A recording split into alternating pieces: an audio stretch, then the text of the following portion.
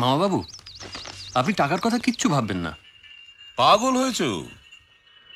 কল্পনা group নতুন mine কিনছি, তাও তোমার নামে। সেই উপলক্ষে পার্টি, সবাইকে চমকে দিতে হবে না? আফটার অল কয়েকদিনের মধ্যে আমরা দুটো পরিবার এক হয়ে যাব। রজত,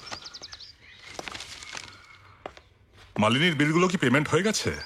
মালিনীর বিল মানে? উড়িষ্যায় তোলা ছবির বিল সাবমিট করেছে, তুমি জানো না? না। আমি জানি। এনিওয়ে দেখো যেন বিলগুলোর পেমেন্ট হয়ে যায়। আমি আসছি।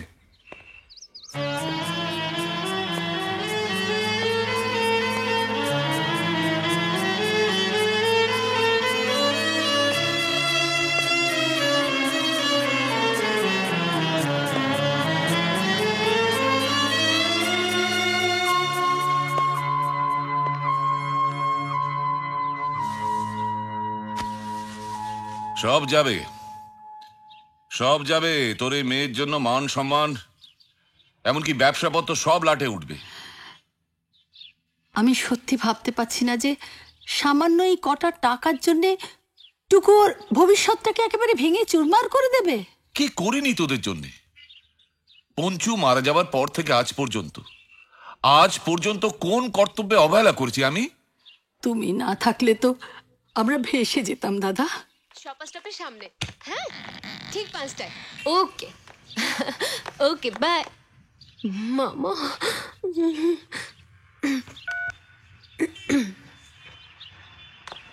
আর এই একজন, আজ একজনের বাইকে, কাল আরেকজনের গাড়িতে, তারপর দিন একটা নতুন ছোকরার সঙ্গে টানা রিক্সায়। বলি ভেবেছেটা কি? হ্যাঁ, বড় হয়েছে বলে হাতির 5 পা দেখেছো? বারে, আমি আবার কি করলাম? এই মেয়েকে বিয়ে দেওয়ার সময় তোকে পস্তাতে হবে, আমি বলে দিলাম।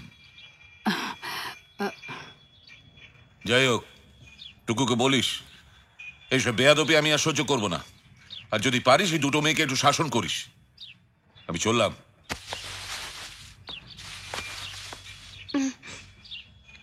ওরে বাবা,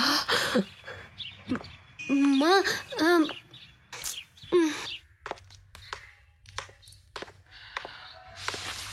ওয়াও দিদি, তোকে আজকে কি দেখাচ্ছে রে? আচ্ছা, মনে হচ্ছে মিস ওয়ার্ল্ড বিউটি কন্টেস্টে যাচ্ছিস। আজকে আমার খুব তাড়াতাড়ি বেরোতে হবে রে। রজতের অফিস থেকে চেকটা কালেক্ট করতে হবে। এটা না, কি? রজতের অফিস থেকে তোমায় চেক কালেক্ট করতে হবে না।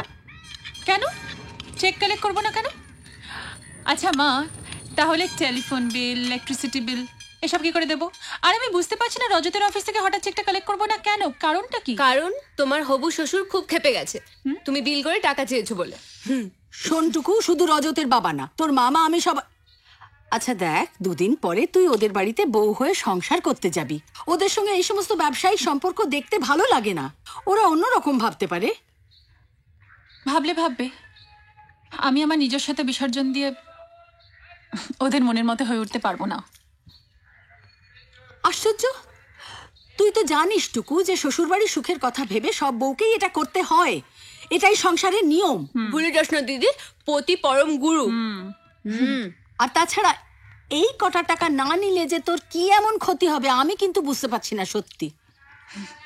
তা যদি বুঝতে, তাহলে প্রশ্নটাই করতে না। উঠলাম। আসলে কি হয়েছে জানো মা, লাইভ ফটোগ্রাফি করতে গিয়ে না দিদির মরা আত্মা বেঁচে উঠেছে। জিতে রহো মালিনী রায়, জিতে রহো।